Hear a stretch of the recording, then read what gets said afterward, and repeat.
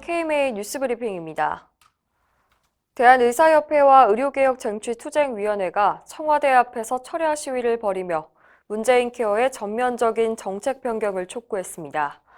최대집 의협회장 겸 의쟁투 위원장을 비롯한 협회 임원들은 30일 저녁 청와대 앞에서 시위를 갖고 정부가 문케어를 강행하면서 건보 재정의 위기와 의료 전달 체계의 붕괴, 환자의 진료 선택권 침해 등 중대한 부작용을 낳고 있다고 지적했습니다.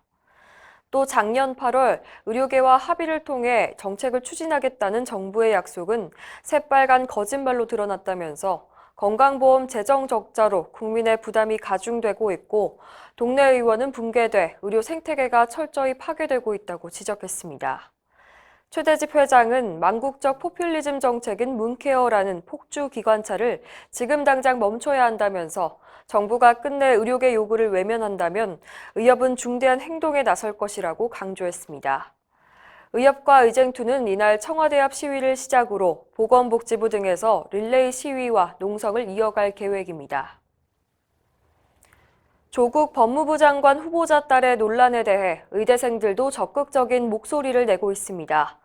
대한의과대학 의학전문대학원 학생협회는 8월 30일 성명을 내고 학생들이 올바른 교육의 토양에서 숨쉬게 하라고 조국과 교육계에 요구했습니다. 구체적으로 부산대학교 의학전문대학원에는 당시 입학과정과 사정 기준을 공개하고 진급사정과 장학제도를 공정하게 개선할 것을 요청했습니다. 또 의학논문 논란을 빚은 당국의대에도 철저한 조사와 올바른 연구 풍토를 만들 것을 촉구했습니다. 의대협은 교육당국을 향해 입시 제도를 공정하게 개선하고 부정한 사실이 개입할 수 없도록 강력한 제재 방안을 마련해달라고 당부했습니다. 의사 10명 중 9명이 국가건강검진에 C형 감염 검사를 포함해야 한다고 밝혔습니다. 의협신문이 최근 의사 571명을 대상으로 조사한 결과 C형 감염 검사를 국가검진에 포함해야 한다는 의견이 51.1%, 반드시 포함해야 한다는 의견이 38.5%로 약 89%가 포함해야 한다는 의견을 냈습니다. 그 이유로는 C형 감염은 대부분 자각 증상이 없기 때문이라는 의견이 가장 많았고 C형 감염은 예방 백신이 없는 감염 질환이기 때문에라는 답변과 집단 감염 사태 재발 방지를 위해서라는 답변이 뒤를 이었습니다. 설문에 참여한 의사 본인과 가족이 C형 감염 검진을 이미 받았거나 예정이냐는 질문에 약 80%가 그렇다고 답했습니다. 사무장병원에서 일하거나 면허를 대여한 사실을 자진 신고한 의사는 행정처분을 면제받을 수 있게 됐습니다. 리베이트 수수 사실을 자진 신고해도 행정처분을 감경받을 수가 있습니다. 보건복지부가 8월 30일 공포한 의료관계 행정처분 규칙을 살펴보면 사무장병원에 고용됐거나 명의를 대여한 사실을 자진 신고하면 행정처분을 면제합니다. 다만 이후에 또 위반 행위를 저지르고 자진 신고한 경우에는 행정처분을 2분의 1로 감경합니다. 부당한 경제적 이득, 즉 리베이트를 받은 경우에도 자진 신고를 하면 처분 기준의 3분의 2 범위에서 감경받을 수가 있습니다. 하지만 형사처벌과 환수 책임은 여전히 해당 의사가 감수해야 합니다.